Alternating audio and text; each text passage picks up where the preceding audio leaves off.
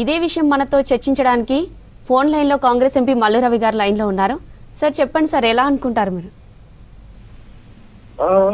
నమస్కారం, డాక్టర్ మల్లు రవి. నేను 1991లో ఎంపీగా ఉన్నప్పుడు అప్పుడు పివి నరసింహారావు గారు ప్రధానమంత్రి, వారి కేబినెట్ లో మన్మోహన్ సింగ్ గారు ఆర్థిక మంత్రిగా రావటం జరిగింది. అప్పుడు భారతదేశం అనేక ఆర్థిక ఇబ్బందుల్లో కొట్టుమిట్టిడుతున్న సందర్భంగా మన్మోహన్ సింగ్ గారు ఫైనాన్స్ మినిస్టర్ గా వచ్చి భారతదేశంలో కొత్త సంస్కరణలు, ఆర్థిక సంస్కరణలు తీసుకొని వచ్చి భారతదేశాన్ని ఆర్థిక ఇబ్బందుల నుంచి గట్టెక్కించినటువంటి గొప్ప నాయకుడు.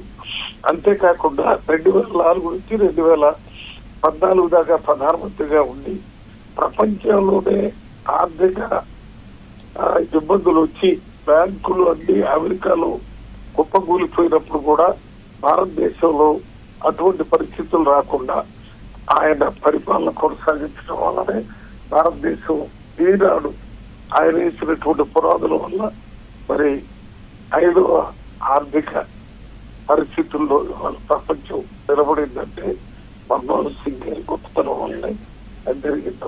మన్మోహన్ సింగ్ గారు ఆయన అవినీతి అనే దానికి వ్యక్తిగతంగా ఆవిడ దూరంలో ఉండేవాడు. నిరంతరం దేశం కోసం, పేద ప్రజలు, అన్ని వర్గాల కోసం బాగా ఆలోచించి కొత్త కొత్త పథకాలు తీసుకుని వచ్చినటువంటి వ్యక్తి. ముఖ్యంగా రైతులకి అప్పులు మాఫీ చేయాలని ఒకేసారి భారతదేశంలో 72,000 కోట్ల రూపాయలు అప్పులు మాఫీ చేసి రైతులను ఆదుకున్నటువంటి గొప్ప నాయకుడు. అంతేకాకుండా ఆర్థికంగా భారతదేశంలో తీసుకోవాల్సిన విధి విధానాలన్నింటినీ ఏర్పాటు చేసుకోవటం వల్లనే ఇవాళ భారతదేశం ఆర్థిక ఇబ్బందులు లేకుండా ముందుకు పోతుంది.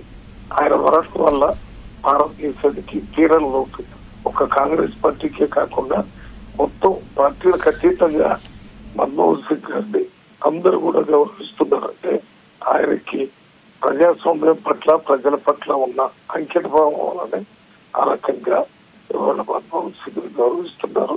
ఆయన మరణించడం భారతదేశానికి తీరంలో వారి ఆత్మకి శాంతి కలగాలని వారి కుటుంబ సభ్యులకి అందరికీ మరి సంతాపాన్ని తెలియజేస్తున్నాం. నేను మన్మోహన్ సింగ్ ఎంపీగా పనిచేయడం నా అదృష్టంగా భావిస్తున్నాను. ఓకే అమ్మా. రైట్. Thank you sir.